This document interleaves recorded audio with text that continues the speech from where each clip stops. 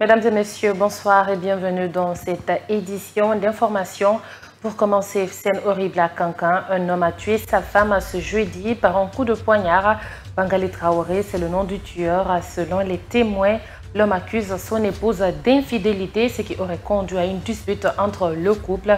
L'incident mortel a irrité les jeunes de Banankoroda qui ont manifesté leur colère face à cet assassinat. La vidéo a fait le tour des réseaux sociaux dans la soirée de ce jeudi. Détail à suivre.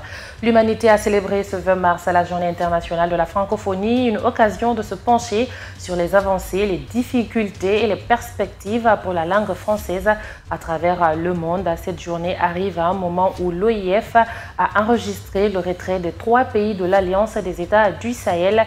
Il s'agit du Mali, du Niger et du Burkina Faso.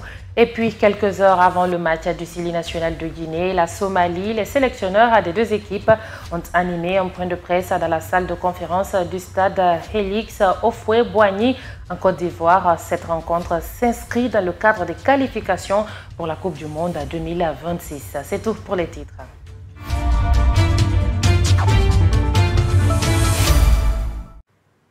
Encore bonsoir à Kankan, dans le quartier Banankoroda. Un jeune a poignardé sa femme à mort ce jeudi. Selon des témoignages, tout est parti d'une dispute entre le couple avant que l'homme ne tue sa femme pour infidélité, a-t-il dit. Après son arrestation par la police locale, des jeunes sont sortis dans la rue exprimer leur mécontentement pour libérer le coupable afin de rendre une justice populaire. Suivez le témoignage de Liu Diallo, un citoyen de Kankan. Bon, au fait, moi, je t'ai venu déposer une dame à Dibida ici. Quand je suis venu, il y a un monsieur qui discutait avec sa femme. Soudain, il est rentré dans le magasin. En sortant, il avait un bidon de poison. Il dit qu'il a bu du poison, que sa femme n'est pas fidèle. Donc, directement, il a pris le couteau pour poignarder sa femme. Ça n'a même pas pris du temps. La femme a rendu l'âme. Quand la femme a rendu l'âme, l'homme en question, avec le couteau arrêté, nous avons appelé la gendarmerie qui est tout près d'ici. Quand ils sont arrivés, le monsieur était arrêté, il détenait le couteau. Moi, je l'ai demandé, je dis, mais messieurs les agents, pourquoi ne pas l'arrêter? La dame est en train de mourir. Il est arrêté auprès de la dame, mais les gendarmes ont peur de le prendre, que parce qu'il détient le couteau. Donc, directement, c'est la foule qui a commencé à jeter. L'homme a eu peur, il a jeté le couteau. C'est en ce temps les gendarmes l'ont pris pour l'envoyer à la gendarmerie. Une fois qu'il est arrivé à la gendarmerie là-bas, la population n'a pas jeté des cailloux, n'a pas insulté. La population a manifesté de façon pacifique que le monsieur a coûté la vie à une femme. Rebondissement dans le dossier judiciaire de Mohamed Diané à la Cour de répression des infractions économiques et financières. Les avocats de l'État et le parquet spécial ont émis la demande de réqualification des faits liés à la corruption, ajoutée aux 3 autres infractions pour lesquelles le prévenu est poursuivi. Mais le juge a rejeté cette demande, estimant que le non-lieu sur ce délit avait été prononcé au jugement en instance, ce qui réconforte les avocats défenseurs dans leur position. De l'autre côté, la partie civile ne perd pas espoir sur la décision. Ansou Baïlo Baldé. L'audience de ce jeudi 20 mars 2025 a essentiellement porté sur les questions relatives aux faits présumés de détournement de 500 000 milliards de francs guinéens par l'ex-ministre de la Défense nationale chargé des affaires présidentielles sous Alpha Condé. C'est ainsi que les avocats représentant l'État ont soulevé le sujet de corruption contre le prévenu dans le cadre de l'achat de véhicules de transport avec le groupe Dioma pour un montant de 11 milliards de francs guinéens. Ils demandent la requalification des faits ajoutés aux 3 autres infractions pour lesquelles Mohamed Diané est en train d'être jugé. Après débat houleux entre les parties au procès, le juge Daïmara a pris la décision de rejeter cette demande. Je dois vous dire que je respecte cette décision. Je suis pressé pour voir sa motivation, mais cela ne désarme pas l'accusation. Il y a des infractions qui sont poursuivies dans cette affaire, dont les éléments constitutifs sont ouvertement et manifestement présents. Donc nous ne sommes pas déçus ou découragés. Nous avons de la matière à plaider la culpabilité de Dr Mohamed Diané. Donc ça ne nous fait pas tellement déception là. Pourtant, un non-lieu avait été prononcé en première instance en faveur de Mohamed Diané par rapport à l'infraction corruption. Son avocat, Maître Sidiki Berete, savoure une victoire après la décision prise en faveur de son client. Ils ont voulu demander la réqualification. Mais en demandant la réqualification, il y avait deux questions fondamentales qui se posaient. Est-ce qu'ils sont prêts à abandonner une infraction telle que la corruption, l'enrichissement illicite ou blanchiment au profit de la nouvelle qualification? L'infraction à retrancher n'ont pas pu essayer de détailler cela. Plus grave, quand on veut faire la réqualification, c'est pour une infraction qui n'a pas été débattue, mais la corruption a été débattue. Comment on peut réqualifier pour une infraction réglée déjà par un non-lieu définitif? La Cour a rendu une bonne décision et ça nous rassure. Mohamed Diané avait été condamné à 5 ans de prison ferme par la chambre de jugement de la CRIEF pour les infractions liées au détournement des deniers publics, enrichissement illicite et blanchiment de capitaux. Et puis la division logistique du groupe Bolloré a considérablement influencé la Guinée. Grâce à ses opérations étendues en Afrique, l'entreprise a consolidé sa présence dans le secteur de la logistique. Cependant, un collectif des ONG africaines a récemment dénoncé la manière dont le groupe a obtenu et géré ses concessions portuaires en Afrique. Commentaire à Germaine Massaré. Ce collectif d'associations africaines accuse le groupe Bolloré et ses dirigeants de blanchissement d'actifs liés à diverses opérations portuaires à travers l'Afrique. Cette coalition, connue sous le nom de Restitution pour l'Afrique RAF, représente des pays tels que le Togo, le Ghana, la Côte d'Ivoire, le Cameroun et la Guinée. Leurs enquêtes ont révélé des pratiques troublantes concernant la manière dont le groupe Bolloré s'est assuré le contrôle de concessions portuaires essentielles. La situation en Guinée est particulièrement alarmante. Des soupçons de blanchissement d'argent sont apparus parallèlement aux accusations d'autres pays concernant la réception de marchandises obtenues de manière illicite. Depuis 2013, les autorités françaises enquêtent sur la gestion du port de Conakry à raison d'allégations selon lesquelles Bolloré aurait utilisé sa société Hero RSCG, aujourd'hui Havas, pour influencer indûment les élections présidentielles guinéennes de 2010 en faveur du candidat de l'époque, Alpha Condé. Bien qu'un règlement ait impliqué le paiement d'une amende de 12 millions d'euros en échange de l'abandon de certaines charges, cette affaire reste ouverte. Dans l'attente de l'évolution de la situation l'année prochaine, les procureurs français s'apprêtent à ouvrir un procès contre Vincent Bolloré pour corruption liée à des abus de confiance. Le mois de mars est consacré aux droits des femmes à travers le monde. En Guinée, nous nous intéressons au fonds d'appui aux activités économiques des femmes EFI, FAEF en abrégé. Ce fonds a été créé en juillet 2022, 3 mois après la célébration du 8 mars sur instruction du général Mamadi Doumbouya. À date, ce fonds a-t-il impacté l'autonomisation de la femme guinéenne? Mamadou Tanouba a échangé avec la directrice générale du FAEF, Virginie Touré. Suivez. C'est en mars 2022 que le général Mamadi Doumbouya, suite à une sollicitation des femmes, a ordonné la création du Fonds d'appui aux activités économiques des femmes et filles FAEF pour venir en appui à cette couche avec 15 milliards de francs guinéens. En 3 ans d'existence, la directrice générale du FAEF, Virginie Touré, parle d'un bilan positif. Au niveau du FAEF, nous pouvons dire que nous sommes fiers. En 2 ans d'existence, nous avons pu impacter la vie de plus de 5000 femmes. Je pense que le bilan, pour un départ, c'est pas mal. Il y a encore mieux, on peut faire mieux, mais nous sommes en train de mettre les mécanismes justement pour que nous puissions mieux impacter. Parce que dans 2 mois, nous allons aller à l'intérieur du pays. La principale mission du Fonds d'appui aux activités économiques des femmes et filles FAEF tourne autour de la mobilisation des fonds avec les partenaires de la Guinée et la formation des femmes pour leur autonomisation. La première mission du FAEF, c'est la mobilisation des ressources auprès de l'État, des partenaires bi- et multilatéraux, auprès des banques et microfinances et auprès des entreprises. La deuxième mission, c'est le renforcement des capacités des femmes entrepreneurs. La troisième mission, c'est faciliter l'accès au crédit et au financement. Et après, on a l'accès au marché. Le FAEF, dans ses programmes, met la priorité au niveau des femmes non encore formalisées pour permettre à celles-ci de se prendre en charge. Nous mettons l'accent sur les femmes non formalisées parce que c'est les plus vulnérables. C'est celles qui ne savent pas ce dont elles ont droit.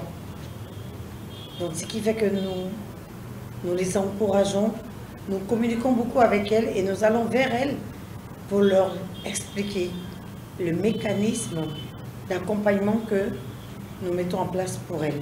La direction du Fonds d'appui aux activités économiques des femmes et filles FAEF compte installer ses antennes dans les grandes régions de la Guinée afin d'impacter la femme rurale dans son autonomisation.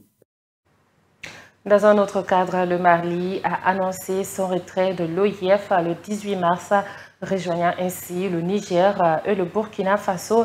Cette décision, citée par les dirigeants militaires comme un pas vers une plus grande souveraineté, souligne l'éloignement de l'alliance de l'ancienne influence française. Le politologue Didiba Koulako Traoré s'inquiète des conséquences de ce retrait sur la stabilité et le développement futur de ces pays. Il exhorte les organisations internationales à réévaluer leur stratégie. Reportage à Diba Baré. La récente sortie de 3 membres fondateurs de l'OIF, créée à Niamey en 1970, reflète les tensions persistantes entre ces nations et la France. L'analyste politique Didiba Koulako Traoré indique que cette décision n'est pas inattendue compte tenu du paysage géopolitique actuel. Qui parle de l'OIF, l'Organisation internationale de la francophonie, parlera naturellement du métronome. Celui de la locomotive. Et la locomotive, c'est la France. Et à partir du moment où ça ne va pas entre la France et les autres États, là, et il va sans dire que toutes les organisations qui sont gérées d'une manière ou d'une autre par la France, que ces États-là se retirent. L'impact de cette décision est considérable et touche de nombreuses régions. Malgré les circonstances difficiles auxquelles sont confrontées ces 3 nations sous régime militaire, elles doivent trouver les ressources et la résilience nécessaires pour faire face à ces implications. Vous savez, la gestion africaine n'est pas chose aisée. Moi, je pense que tous les économistes sont d'accord pour la mobilisation des ressources internes. Et tant que cela n'est pas fait, qu'on continuera à tendre la main, je vous assure que les aides ne nous profiteront jamais. Ce 20 mars, l'OIF fête son 55e anniversaire, une occasion d'évaluer les stratégies de gestion actuelles. En célébrant cet anniversaire, les responsables techniques de la francophonie et la conférence des chefs d'État doivent se réunir pour repenser, pour revoir la manière de faire de cette organisation. Pour que ces organisations puissent jouer leur rôle, il est important qu'elles tiennent compte de ces mutations sociales. L'attention se porte maintenant sur les membres restants de ces organisations. Après l'échec des efforts de médiation du bloc ouest africain, certaines nations gardent l'espoir de les réintégrer. Récemment, le président ghanéen John Dramani Mahama s'est rendu dans 3 États concernés pour encourager le dialogue. Dans le même temps, les pays du Sahel confrontés à de graves menaces djihadistes ont renforcé leurs liens avec la Russie, tant sur le plan diplomatique que militaire. Je vous l'annonçais à l'entame, depuis 55 ans, le 20 mars marque la journée internationale de la francophonie, une célébration qui trouve son origine dans la création de l'Agence de coopération culturelle et technique à Niamey au Niger en 1970. Cette initiative s'est ensuite transformée en organisation internationale de la francophonie. Chaque année, à cette date, nous honorons son importance et réfléchissons à ses contributions à la culture et à la coopération mondiale. Khadija Kaba fait la lumière sur cet organisme international vital et sur son importance dans le monde. L'Organisation internationale de la francophonie, OIF, créée le 20 mars 1970, regroupe plus de 80 pays, principalement en Afrique. Cet organisme international célèbre la langue française et a vu le nombre de locuteurs du français dans le monde s'élever à environ 300 millions. Les projections suggèrent que ce chiffre pourrait atteindre 700 millions d'ici à 2060 en raison des tendances démographiques de l'Afrique. Issu d'un terme inventé à la fin du 19e siècle et officialisé lors de sa fondation au Niger par des personnalités comme le président sénégalais Léopold Sédar Senghor. La mission de l'OIF a évolué au-delà de la promotion de la langue pour englober des objectifs politiques tels que la promotion de la démocratie et le respect des droits de l'homme. Tout au long de son histoire, l'OIF a été dirigée essentiellement par des dirigeants africains, notamment Boutros Ghali, Égypte, et Abdou Diouf au Sénégal. L'organisation a fait des progrès en matière de parité homme-femme. Michael Jeanne, devenant la première femme à la tête de l'organisation, suivie de Louise Mushikiwabo, Rwanda. La francophonie continue d'élargir sa base de membres en accueillant de nouveaux participants comme l'Irlande, Malte, la Gambie et la Louisiane, non sans controverse concernant des membres potentiels comme l'Arabie saoudite, dont la candidature a été reportée en raison de considérations liées aux droits de l'homme.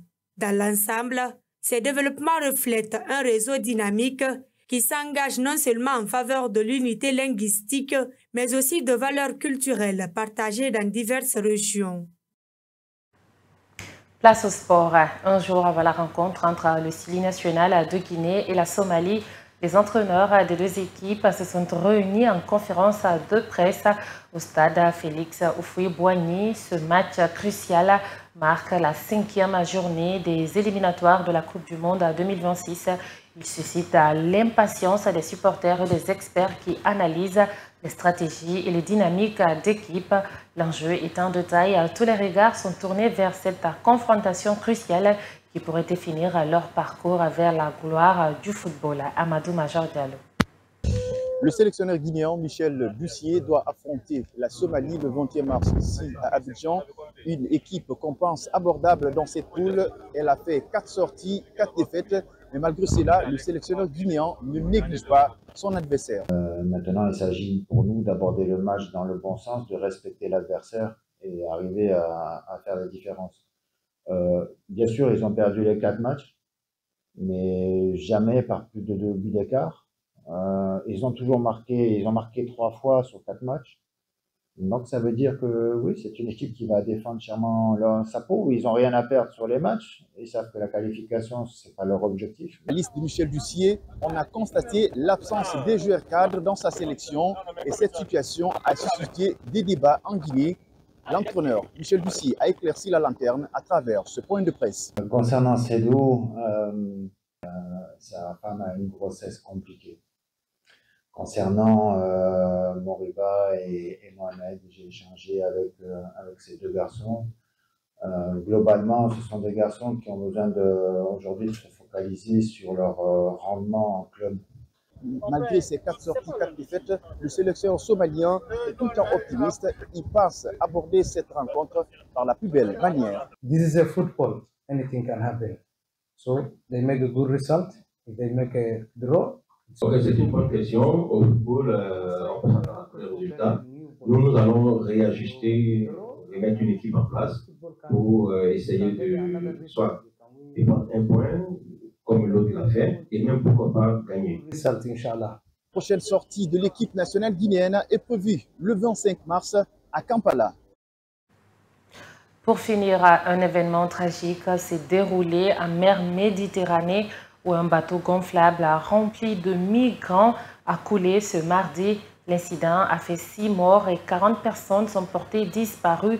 Le Haut Commissariat des Nations Unies pour les réfugiés a confirmé que 10 personnes avaient été sauvées de la catastrophe. Angéline Conté. Un récent naufrage près de Lampedusa a permis de retrouver 6 corps, tandis que 40 personnes sont toujours portées disparues. Les gardes-côtes italiens ont réussi à sauver 10 personnes, dont 4 femmes. Les survivants ont indiqué que 56 personnes au total se trouvaient à bord du navire en perdition, qui avait quitté la Tunisie et abritait des migrants originaires principalement du Cameroun, de la Côte d'Ivoire, de la Guinée et du Mali. Selon les données du projet Migrants disparus du HCR, plus de 24 500 personnes sont mortes ou ont disparu en Méditerranée centrale entre 2014 et 2024. De nombreux cas ne sont pas enregistrés. Rien qu'en janvier de cette année, près de 9 000 migrants ont atteint l'Italie, une augmentation par rapport aux chiffres de l'année dernière pour la même période. Une situation qui souligne la crise permanente le long de cette route périlleuse où les tragédies maritimes persistent. En mai dernier, 26 migrants guinéens avaient connu le même sort lors du naufrage de leur embarcation au large des côtes sénégalaises, comme l'avait annoncé le Premier ministre Amadou Wiriba. C'est ainsi que nous nous quittons au compte de cette édition d'information. Merci à tous de l'avoir suivi. Bonsoir chez vous.